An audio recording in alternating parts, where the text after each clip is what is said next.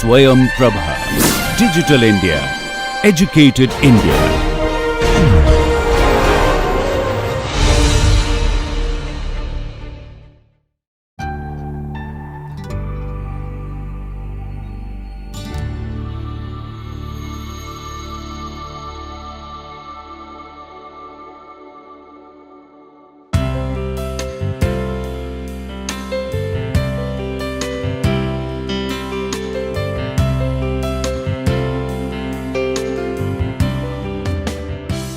Hello friends, today I am going to discuss the effective communication as part of interpersonal skill, and in this discussion I will share with you some of the important tips that can make you a very good speaker.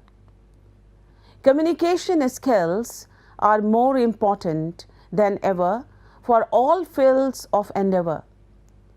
Whether you are an engineer or a communication scholar, having a firm grasp of communication skill undoubtedly be a key role in your success. Oftentimes, people with great technical skills reach a point in their careers where they are no longer promoted because of their inability to communicate effectively. Professors often tell anecdotal stories about students that have been hugely successful in gaining jobs right out of college, but then struggle to get promoted into management and leadership roles beyond their technical duties. This is because they were lacking in one fundamental skills that would have helped them shine above all their competition. That is communication. In fact, according to a Job Outlook 2011 survey conducted by National Association of Colleges and Employment, that is NAC, verbal communication is the most sought after skill by the employers. Good and effective communication is an essential tool in achieving productivity and maintaining a strong, lasting working relationship at all levels of an organization. Employers who invest time and energy into delivering clear lines of communication will rapidly build trust amongst employees, leading to increases in productivity, output, and morale in general. Poor communication in the workplace due to personal reasons or a lack of sufficient technology will inevitably lead to unmotivated, ill-informed staff that may begin to question confidence in their abilities and eventually the organization as a whole. Now, there are certain steps to improve communication. As I said that in the present era, communication has become very, very important. So, what are these steps? So, there are a number of things that businesses can do to build on communication within their offices, such as supplying the correct technology. Staff needs to be able to communicate swiftly and coherently both in and out of the office, or encouraging managers to communicate effectively with their teams. What is the right technology for effective communication? There are a number of tools that businesses can use to promote effective communication in the office when sitting down in a room together is not possible. Email, that is also a way to communicate.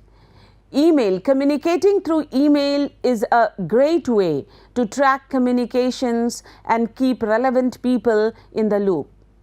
Even though many businesses operate through email, it is important to teach, oneself or yourself the value of this tool, especially in this globalization period.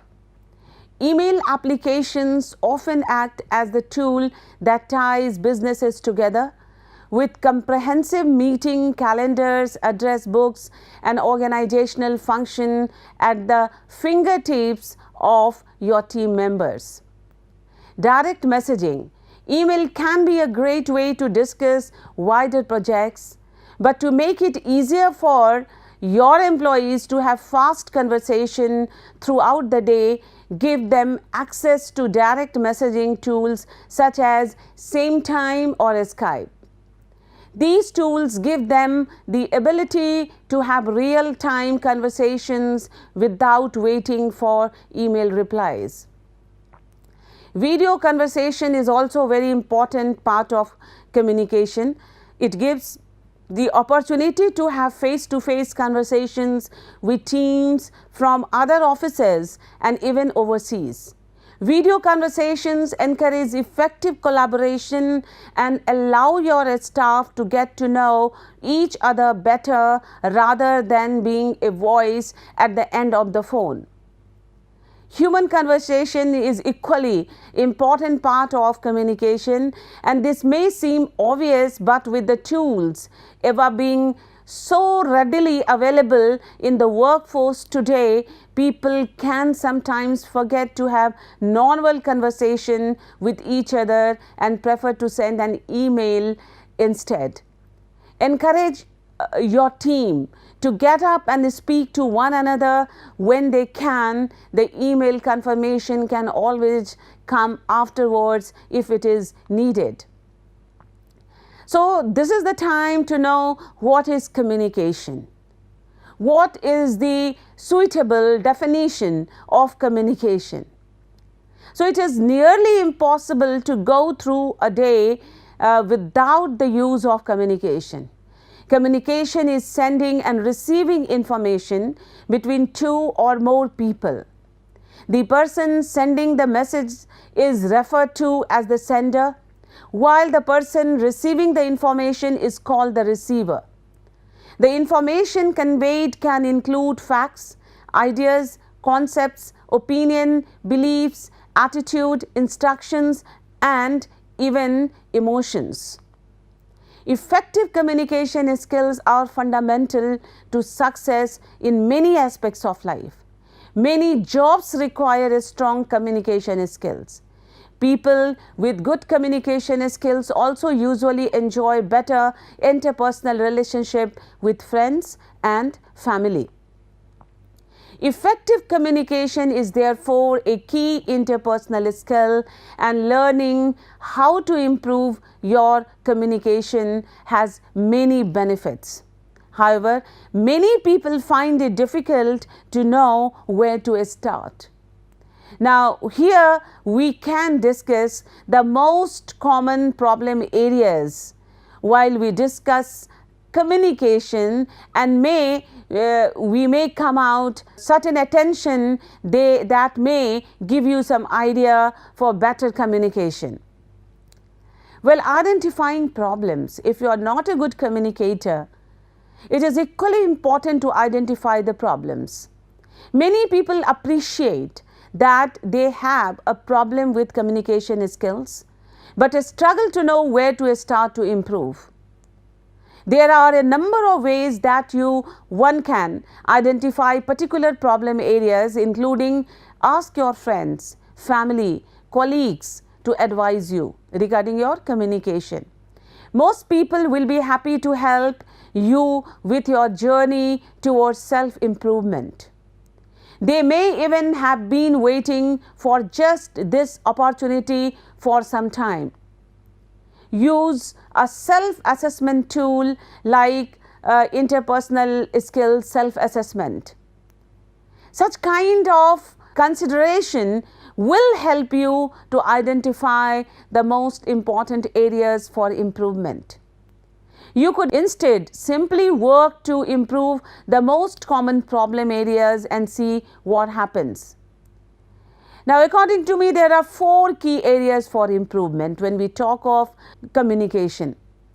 There are generally four main areas of communication skills that most of us would do well to improve. These are listening, non-verbal communication, emotional awareness, and management and questioning. Well, these are the four areas where you can make certain improvement to be a better communicator. The first is learn to listen. Very important part. One of the most common areas to need improvement is listening. We all have a tendency to forget that communication is a two-way process. We fall into the trap of broadcasting, where we just issue a message and fail to listen to the response. Quite a lot of the time, we are not really listening to others in conversation, but thinking about what we plan to say next. Improving your listening skills is likely to pay off in improvements in your relationship both at work and at home. What, however, is listening? That is also a very important question. Listening is not the same as hearing.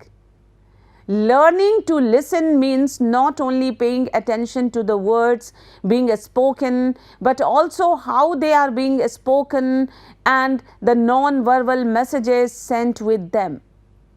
It means giving your full attention to the person is speaking and genuinely concentrating on what they are saying and what they are not saying.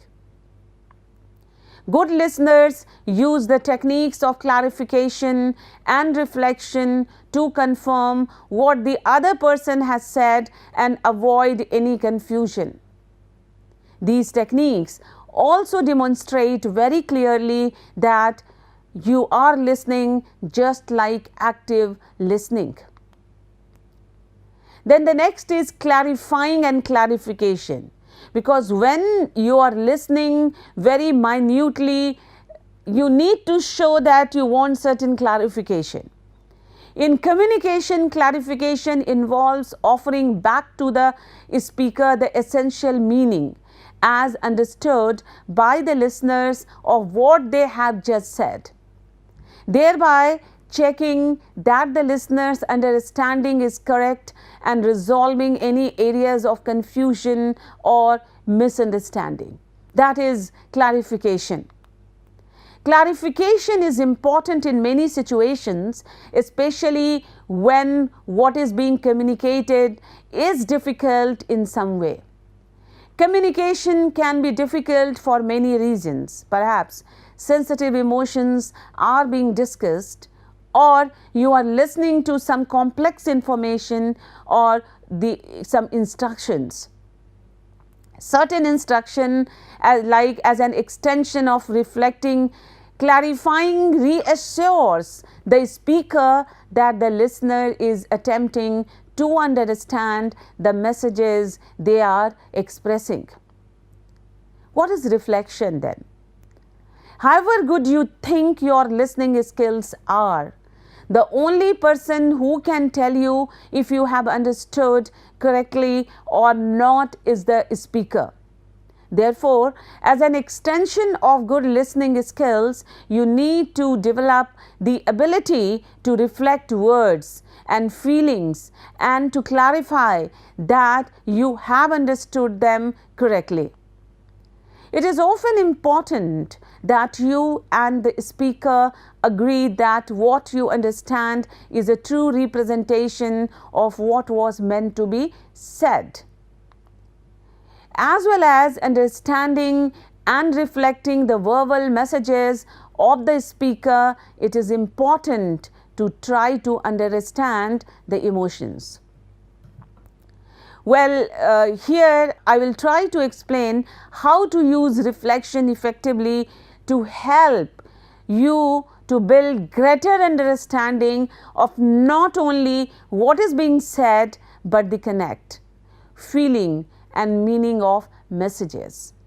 That is, your word, your brain, your mind, and your attitude. Reflecting is the process of paraphrasing and restating both the feelings and words of the speaker. The purposes of reflecting are, what are the purposes? To allow the speaker to hear, underquote, hear their own thoughts and to focus on what they say and feel. To show the speaker that you are trying to perceive the world as they see it and that you are doing your best to understand their messages. To encourage them to continue talking. Reflecting does not involve you asking questions, introducing a new topic, or leading the conversation in another direction. Speakers are helped through reflecting, as it not only allows them to feel understood, but it also gives them the opportunity to focus their ideas. This in turn helps them to direct their thoughts and further encourages them to continue speaking.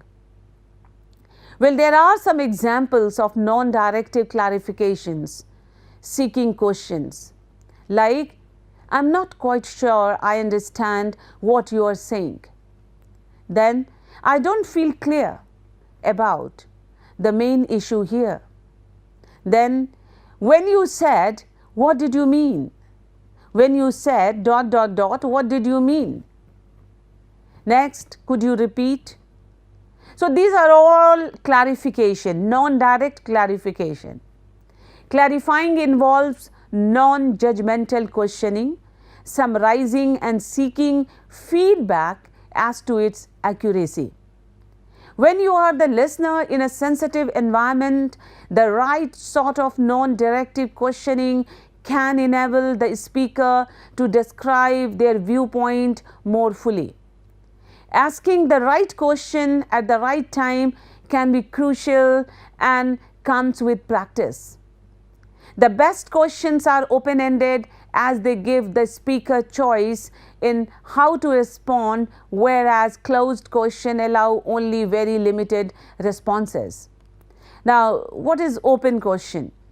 If your role is to assist a speaker to talk about an issue, often the most effective questioning starts with when, where, how, or why. These questions encourage speakers to be open and expand on their thought, like, when did you first start feeling like this? Or, why do you feel this way? And the closed questions usually elicit a yes or no response and do not encourage the speakers to be open and expand on their thoughts. Such questions often begin with did you or were you, like, did you always feel like this? Were you aware of feeling this way? Now, when we discuss all these things regarding the communication, it is also very important to understand non-verbal communication, because as we are saying that non-verbal communication and communication are something that gives a meaning to your word. Much of any message is communicated non-verbally. Some estimates suggest that this may be as much as 80% of communication. It is therefore important to consider and understand non-verbal communication, particularly when it is absent or reduced, such as when you are communicating in writing or by telephone. Non-verbal communication is often thought of as body language, but it actually covers far more. It includes, for example, tone and pitch of the voice, body movement, eye contact, posture, facial expression, and even physiological changes such as sweating, panting, etc. You can therefore understand other people better by paying close attention to their non-verbal communication. One can also ensure that one's message is conveyed more clearly by ensuring that one's words and body language are consistent. Well, emotional awareness and management, these two aspects are important, and I have already given on a lecture on emotional awareness or emotional intelligence while discussing interpersonal skill. So, the third understanding area of communication is awareness of our own and other people's emotions and an ability to manage those emotions. At work, it is easy to fall into the trap of thinking that everything should be logical and that emotion has no place. However, we are human and therefore messy and emotional. None of us can leave our emotions at home, and nor should we try to do so. That is not to say that we should let it all hang out. However, an awareness of emotions, both positive and negative, can definitely improve communication. This understanding of our own and others' emotion is known as emotional intelligence. There is considerable evidence that it is far from important to success in life than what we might call intellectual intelligence. Emotional intelligence covers a wide range of skills, usually divided into personal skills and social skills. The personal skills include self-awareness, self-regulation, and motivation. The social skills include empathy and social skills. Each one of these is broken down into more skills. Like example, self-awareness consists of emotional awareness, accurate self-assessment, and self-confidence. Empathy is the ability to feel with others, to share their emotions and understanding them. It includes understanding others, developing them, having a service orientation, valuing and leveraging diversity and political awareness. Fundamentally, the principle behind the different skills that make up emotional intelligence is that one has to be aware of and understand one's own emotions and be able to master them in order to understand and work well with others. Next is question skills. To be a good communicator, you need to have these skills. And this is the fourth area where many people struggle and this is questioning. Questioning is a crucial skill to ensure that you have understood someone's message correctly. It is also a very good way of obtaining more information about a particular topic or simply starting a conversation and keeping it going. Those with good questioning skills are often also seen as very good listeners because they tend to spend far more time drawing information out from others than broadcasting their own opinions. Well, these four key areas of communication all share one common characteristic. They are all or mostly about receiving messages. There are, however, also important things that one can do to improve the likelihood of being able to transmit a message effectively. And these are like, you do not simply say the first thing that comes into your head. Instead, take a moment and pay close attention to what you say and how you say it. Focus on the meaning of what you want to communicate. Consider how your message might be received by the other person and tailor your communication to fit. By communicating clearly, you can help to avoid misunderstandings and potential conflict with others. You can, for example, check that they have understood by asking them to reflect or summarize what they have heard and understood. It can also be helpful to pay particular attention to differences in culture, past experiences, attitudes, and abilities when conveying your message. Avoid jargon and overcomplicated language, and explain things as simply as possible. Always avoid racist and sexist terms or any language that may cause offense. Well, there are other aspects that can affect communication, and these are like they include the use of humor, the way that you treat people more generally, and your own attitude both to life generally and to the other person and communicating. Now, using humor, laughing releases endorphins that can help relieve stress and anxiety. Most people like to laugh and will feel drawn to somebody who can make them laugh. Don't be afraid to be funny or clever, but do ensure your humor is appropriate to the situation. Use your sense of humor to break the ice, to lower barriers, and gain the affection of others. By using appropriate humor, you will be perceived as more charismatic. Treat people equally. Always aim to communicate on an equal basis and avoid patronizing people. Do not talk about others behind their backs and try not to develop favorites. By treating people as your equal and also equal to each other, you will build trust and respect. If confidentiality is an issue, make sure its boundaries are known and ensure its maintenance.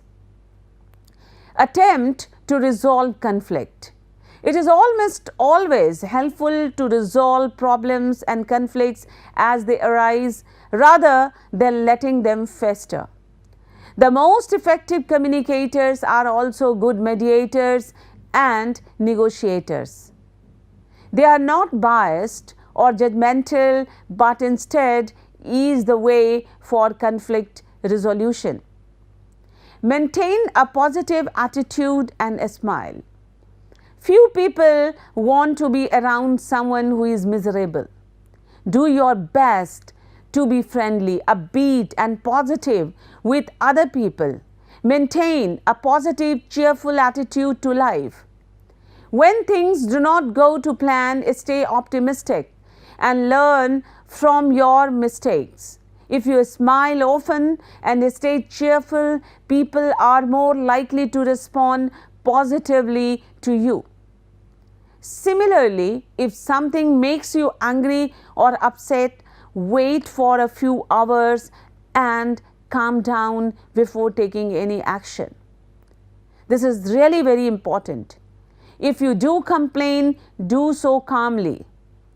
Try to find some positive aspects to the situation and avoid giving unnecessary criticism. Minimize stress. Some communication scenarios are by their nature stressful. Stress can, however, be a major barrier to effective communication. All parties should therefore try to remain calm and focused. Well, friends, these are some of the important points that you can take care of whenever you go for the effective communication. As we discuss that effective communications focuses on certain aspects like to be a good listener, trying to know the emotion, trying to be a good pacifier, and know yourself. These are the things that can be learnt yourself also. So my suggestions are that open your eyes, feel the world, know the people, and feel the experience. Only then you can be a good communicator. It is not only word that does matter, it is your gesture, posture, and other activities that do also matter. So till this, thank you, goodbye. In the next lecture, we are going to discuss some other aspects of communication and the effective communication. Thank you very much.